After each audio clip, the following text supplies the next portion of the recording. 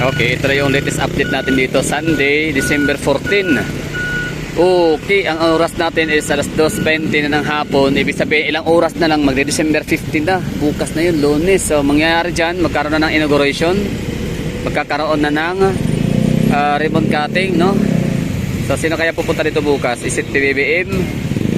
DPWH Secretary? Is it Mayor Basti Duterte?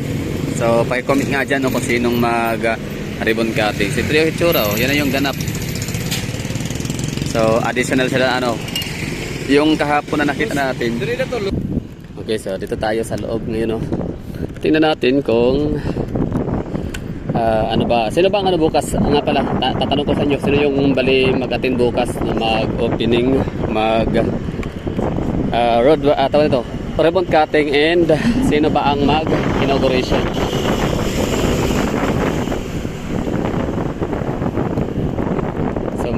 Sana meron tayo makausap dito ngayon na engineer o kahit sino man dito natatrabaho na may alam sa project, nang sa ganun ay malaman natin kung tunay ba yung sinasabi ng minamadali ang proyekto. So sino ba dito pwede nating makausap, pero para to ng mga nagbubuhos lang to. Yung engineer talaga pinaka maganda na makausap natin kung sinong makapagsabi sa kanila kung totoo ba yung mga haka-haka sa ating comment section na minamadali. So parang more likely bara-bara, hindi naman siguro, kita naman natin parang pulido naman ang pagkagawa. Ito na, final na siguro to, final application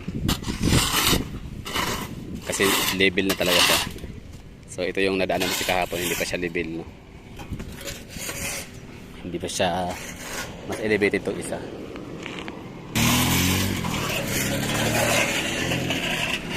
What do you think? Ano sa tingin niyo?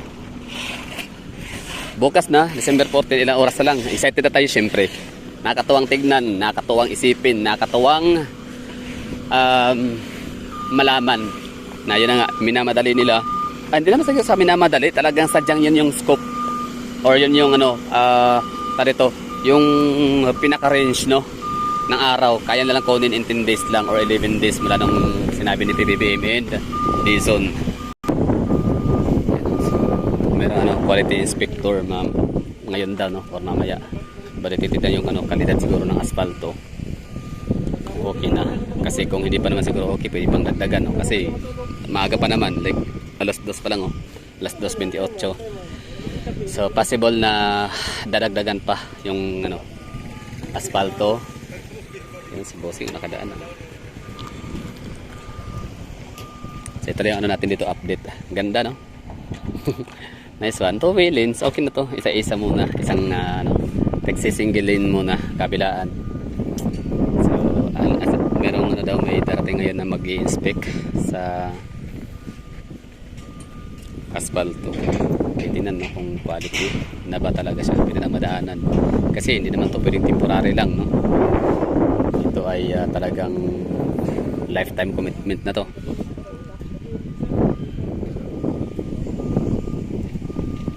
Okay, so yan lang, pag-usapan natin yung mga komento ninyo na minamadali, pinapabilis, pressures or pressured or pressure lang sila, no, dahil nga sa sinabi ni PBBM tsaka ni Secretary Dizon. So I think hindi naman siguro no.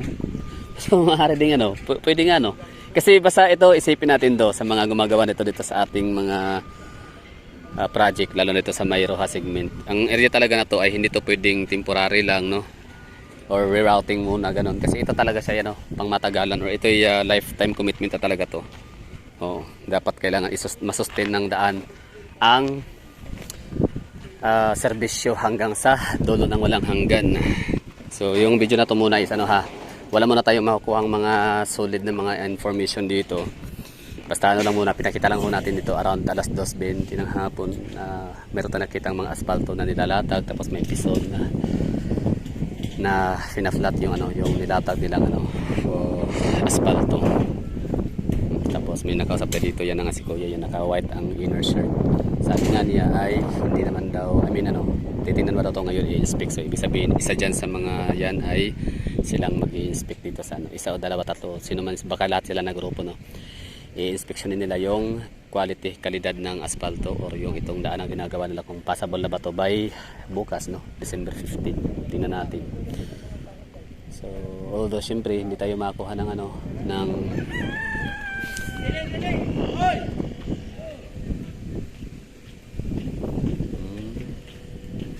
kaklaro, anong basa pa. Anyway, so ganyan talaga, no, malay ba nila, wala kasi nakalagay talaga na harang, strictly no passing or no entry. Anyway, so yun, yan na, may nag-i-inspect na sila siguro yan, no.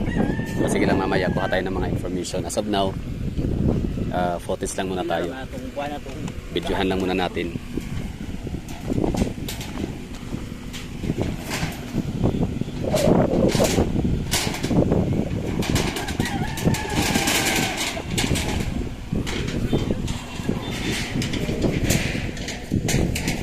Ayan sila, in-inspect nila, lakad-lakad, tapos tingnan nila yung ano, inaapakan nila kung nakaramdam ba sila ng ano, paglubog o parang malambot pa ba, pero hindi naman, kasi nadaanan naman natin, may motor na nga dumaan eh. So mamaya sana makahanap tayo ng isang tao, dalawa, na matanong natin kung paano ba yung standard ng inspection.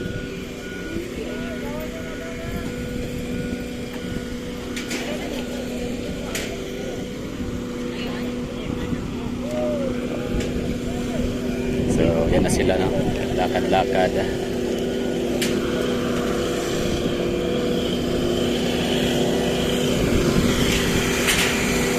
So ito na ba yung sinasabing inspection? Pwede, no? Lakad. So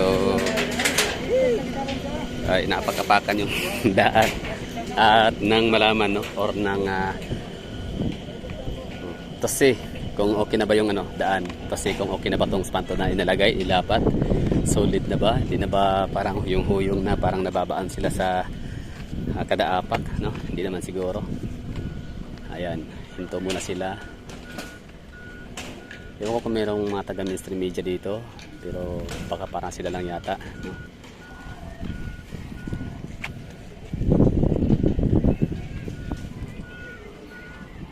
O baka taga City Engineering Office, di pa DPWH, sa wala akong idea. Basta ano lang,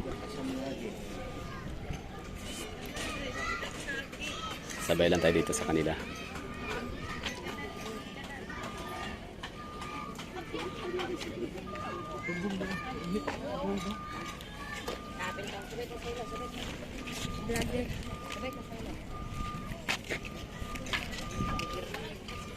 Okay na. O, sa mga ano dyan, mga nanonood, baka merong ano dyan, mga engineer, mga natatrabaho sa mga daan. So, pwede nyo sabihin sa amin kung pwede nyo sabihin dito sa comment box kung ano ba yung estilo o pamamaraan ng pag-check ng quality ng asfalto. So let me know in the comment box at ako'y andito, makikiasyoso lang kung paano nila gagawin ngayong inspection. Baka magkaiba kayo ng ano, standard.